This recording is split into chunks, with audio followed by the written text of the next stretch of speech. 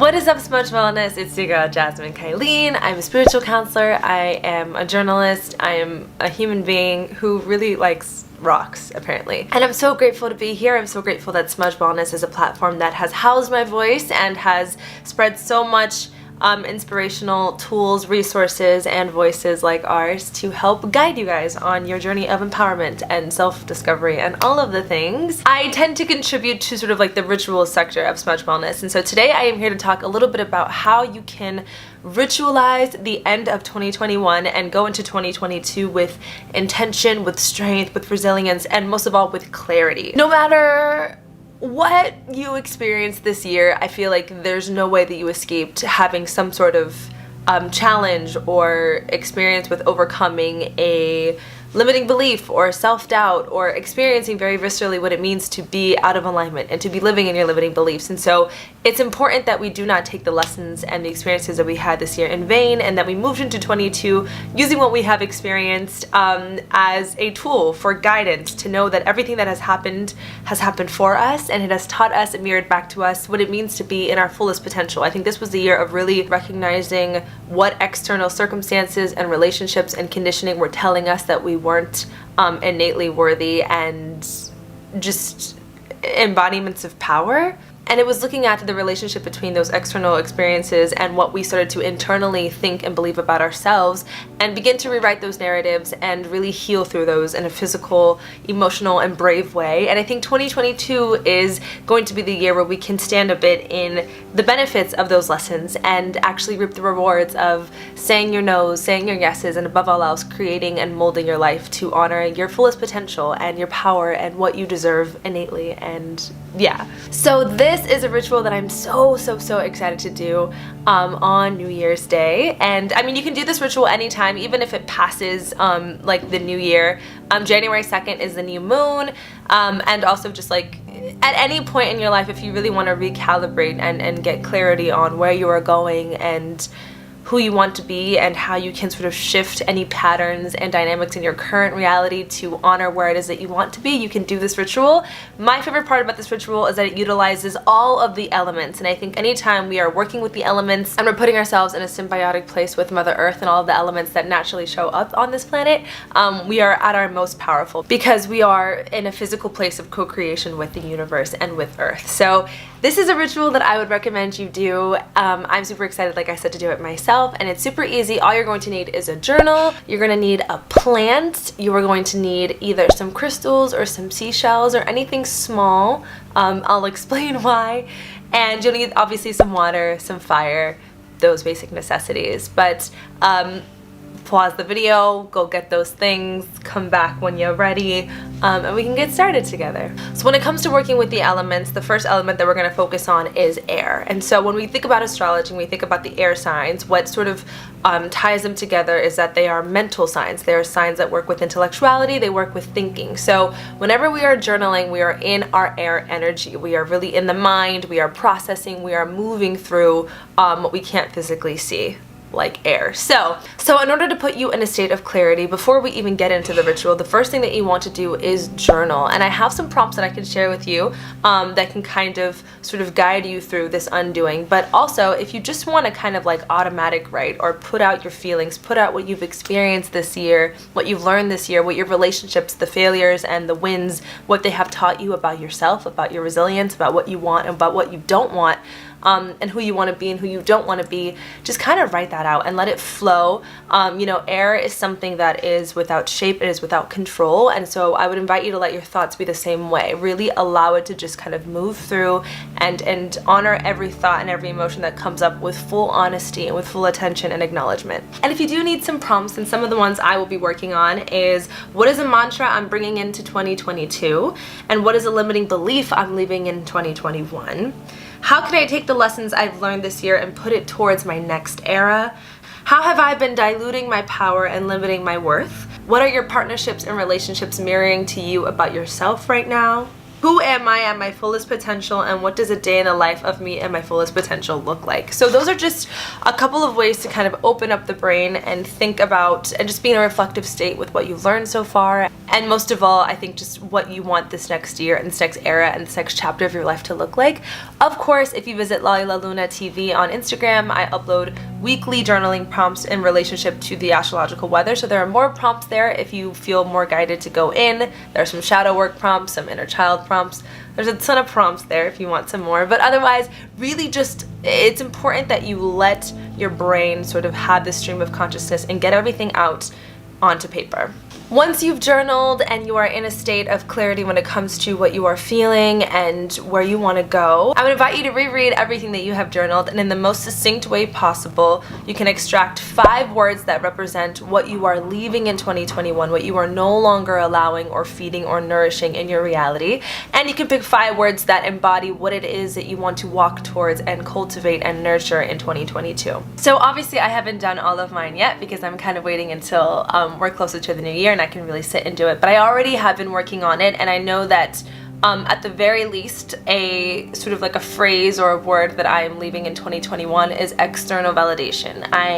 This year I have realized that a lot of my sense of self-worth has been derivative of what other people think about me, and social media and all of those very fluctuating and toxic things. So I'm in a place where I am stepping into a sense of self-empowerment. So I'm leaving behind external validation, and I'm bringing in and I'm cultivating innate power and self-empowerment. I'm calling in goddess embodiment. I'm calling in a few things. I'm still cultivating the list, but take your time with it. Don't rush it. Really sit and look at what has come up. Look at what your own subconscious has told you about what you felt and learned and experienced this year, and take 5 things that you are not bringing into this next era and 5 things that you want to sort of center this next era in.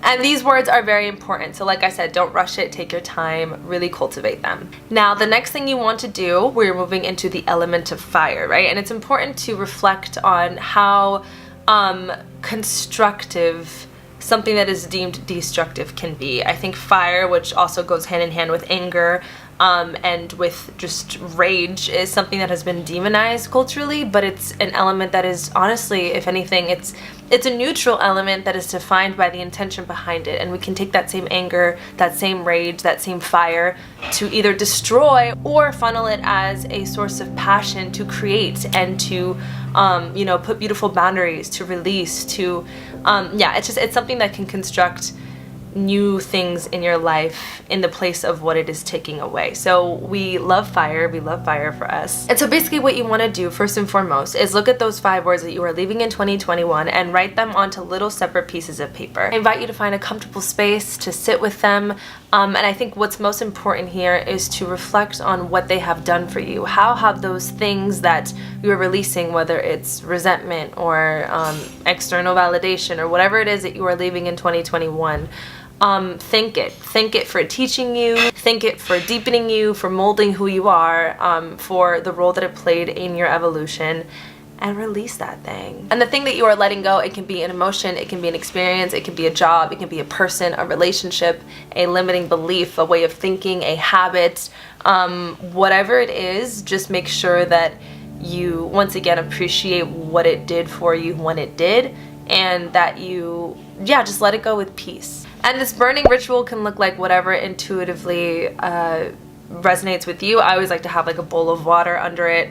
I will set the thing on fire, thank it, release it with love and gratitude, and then kind of like let it burn until it's a little dim, and then I'll like drop it into the water. Wherever you feel comfortable, if you want to do it inside or if there's a safe place indoors to do it, just make sure that you are releasing, and that you are releasing with gratitude and with intention, and most of all with thankfulness for what this thing served in your life, and how all of the experiences that brought about that emotion, how they got you to where you're at in this current point in time. And once you have burned those things, release them, felt any emotion that has come with releasing them, and pay attention to the way that they burn, right? If things burn really quickly and easily, it means you were really in a place where you were ready. If they take more time burning, it means that there's some emotion that maybe needs to be looked at relative to those emotions, and that's fine. That doesn't mean that you aren't ready to move forward, but rather that there may also be some shadow work that still needs to happen alongside your evolution, right?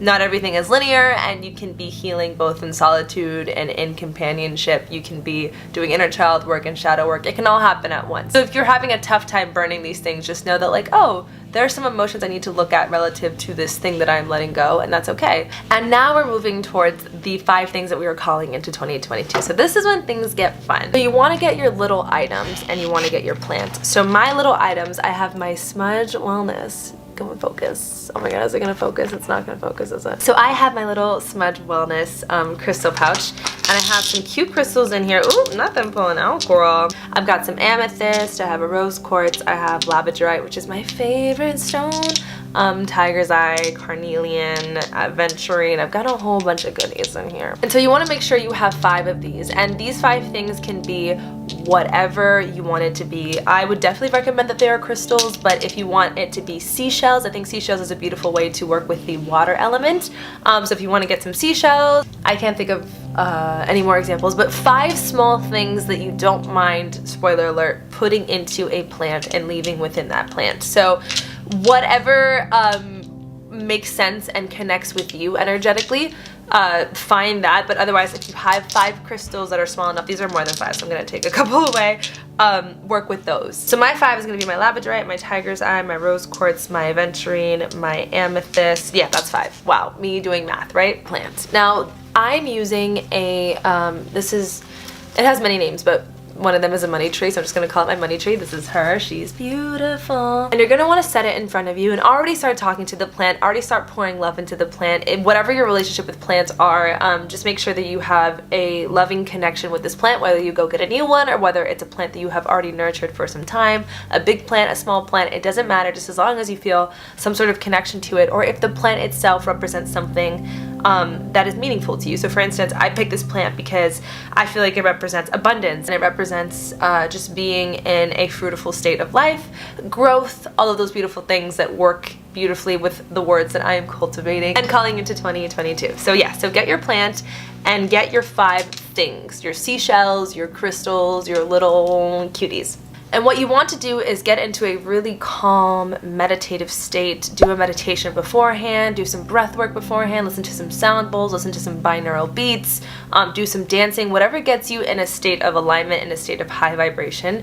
Tap into that center. And what you want to do is pick one of the words that you are calling into 2022 and hold either your crystal or your seashell, whatever you're planting into your plant, hold it while really centering yourself and thinking about that word. So for instance, I have this rose quartz, and I know that one of my words is going to be self-love. So when I'm sitting with this crystal, with this thing that I'm going to plant into my 2022 plant, you really want to feel, you want to affirm, you want to visualize and stand in the feeling of what it is like to live a life in alignment with self-worth. So let your body kind of intuitively guide you through this, whether you are repeating the affirmation over and over in your head, whether you are seeing yourself in acts of self-love. So, you know, self-care, saying no to relationships that no longer serve you, saying yes to things, going on dates, adorning your body, taking care of yourself, exercising, eating well, whatever self-love looks like to you. Really see yourself experiencing it. What's most important here, especially for manifestation, is feeling the feeling of what it is like to stand in that embodiment. So like, what does it feel like to be in an active state of self-love emotionally? Really let it be a physical and visceral feeling and allow it to sort of consume your entire body, and just sit with it, sit in it, and have it feel as real as possible. And you can hold the item close to your chest and your palms. Honestly, there's so much room in this ritual to make it personalized to you, so whatever intuitively feels right. You really want to pour so much intention into whatever that crystal or that seashell or that thing is representing before you put it into the plant. So you want to find a nice comfortable spot in the dirt, put it in. It doesn't have to go all the way in. In fact, if you wanted to sit over the dirt, that's fine too. Like I said, whatever intuitively feels nice. And then you want to take your next crystal, align it with the next word that is on your list, and do the same thing. So if you want to call in financial abundance with your aventurine or whatever it is, sit with it. Feel what it feels like to be in that state of financial abundance. Say different affirmations. Visualize what you're going to do when you have all this financial abundance, and sort of plant it and move through the cycle until you finish all of your items. And once all of the items are planted in your plant, you want to take a moment to sit with it, to kind of meditate alongside the plant. Really visualize what you'll be doing on a day-to-day to honor these intentions, how excited and grateful you are that they're on their way to you. Really be in a state of alignment of gratitude, of presence with what you have just done. You want to thank your guides, you want to thank your angels, you want to thank your higher self, you want to thank whatever it is that you define divinity and God to be, whatever you are guided by. Thank them, and ultimately, you know, thank yourself for doing all of the work that you have done thus far to get yourself in a place where these things are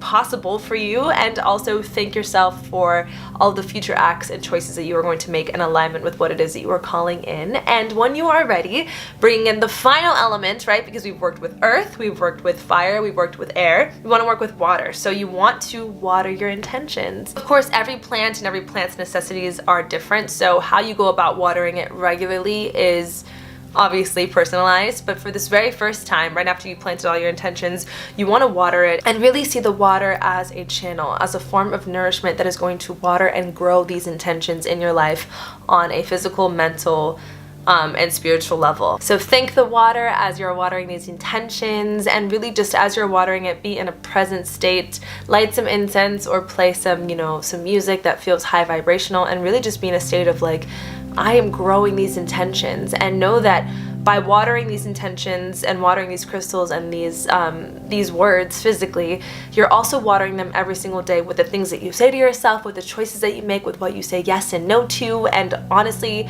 the habits that build your life. Because the thing is, these rituals and these intentions and these, you know, these beautiful acts of self-love and self-service are incredible, and they're a beautiful way to call it in, to let the universe know where you're at and what you desire, and to have a physical representation of it. I think seeing this plant every single day is going to remind you, almost like a vision board would, of what you are building your life to be.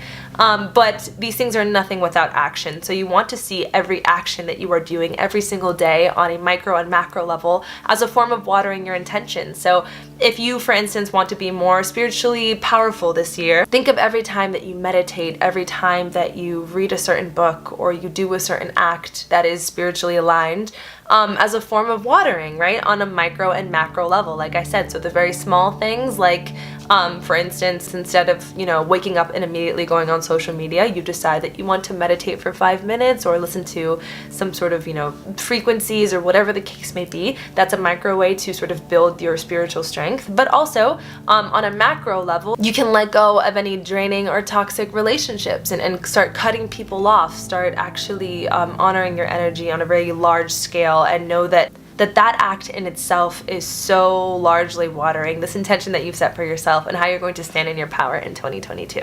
So yeah, after the ritual is done, obviously thank your guides, thank yourself, and put and display this plant in a place where you see it every single day. Water and take care of it and nurture it as is needed relative to said plant. And I think what's most important is to let go, right? To honor and make sure that every choice that you make, of course, is filtered to the lens of, am I honoring the version of me that I am choosing to become in this era that I'm stepping into? But if we hold on to our manifestations so tightly that we don't give it room to breathe or have any room to show up in the way that it wants to naturally and organically and in alignment with divine timing, we are creating our own sense of resistance. So it's important to let it go. Once you have communicated to the universe what it is that you are calling in, and those intentions, those things that you planted, they can be things that you want to call in on a physical level, right? If you want a new home, if you want a new job, if you want a relationship. It also can be sort of things that honor and embody or just exemplify self-development. So if you want to cultivate more peace or more presence, if you honestly, I know for one of mine, if you want to call in more boundaries this year, whatever it is that that intention represents, it can really be anything as long as it's in alignment with your next era in life. Just know that saying it and setting the intention is such a large part of it. Aligning your action with it is such a large part of it. But that's it. That's all you really need to do. You don't have to question the universe every single day for why it hasn't shown up or why it hasn't come into physical fruition in the way and the speed in which you would like, if your manifestation or whatever it is you're calling in is taking more time or showing up in different ways. You know, I think if we're calling it something very large, sometimes the universe has to give us some prep, sometimes the universe has to give us some tests, and it's important to note that it's all happening for you, and it's all happening in alignment with the perfect and divine timing. So while I think this year has been a year of tests and prep, and it's time to just simply call in and enjoy, you will know personal to you when you still have some resistance, or you still have some things to work through, or some physical lessons to learn in order to really live and cultivate and nurture this thing that you are calling in, right? Because if we aren't ready for the thing, once it's here, we won't know how to take care of it. We can fall back into alignment with old limiting beliefs or habits or trauma responses. And so it's important to note that it's going to show up exactly when you are ready for it, and this is setting the intention to ready yourself for it, and to cultivate the perfect and fertile environment for it to be brought into your physical space. So I hope that this ritual served you. I would definitely invite you to either do it within your solitude, or if you have a safe space within community, if you have some friends or family members that you know would benefit from it as well, invite them in to do it. But otherwise, I will be doing it alongside you guys. I'm waiting until the 31st or January 2nd, which is a new moon. I haven't quite decided yet, but I'm super excited, and I think the best part of this, like I said, is that it's utilizing all of the elements. So make sure that you are intentional and you're taking your time slowly with what it is that you are calling in and what you are using to call in. So which plant resonates, which words resonate, and ultimately just, yeah, what life looks and feels like on the other side of this year. So yeah, thank you so much for watching. Please let me know how this ritual serves you, and if you ever want to work one-on-one or consume more of my content, my personal Instagram is Jazmin Kylene. I'm also on Instagram at Jazmin Kylene. You can reach out to me for one-on-ones or readings or whatever the case may be. Thank you to Smudge Wellness for housing my voice, and for being such an incredible platform. And of course, if you want to utilize crystals in this ritual and you don't have any, head on over to Smudge Wellness for beautiful babies like these, and of course many, many more. And yeah, I'll see you in the new year. I hope you enjoy the holiday season. Bye!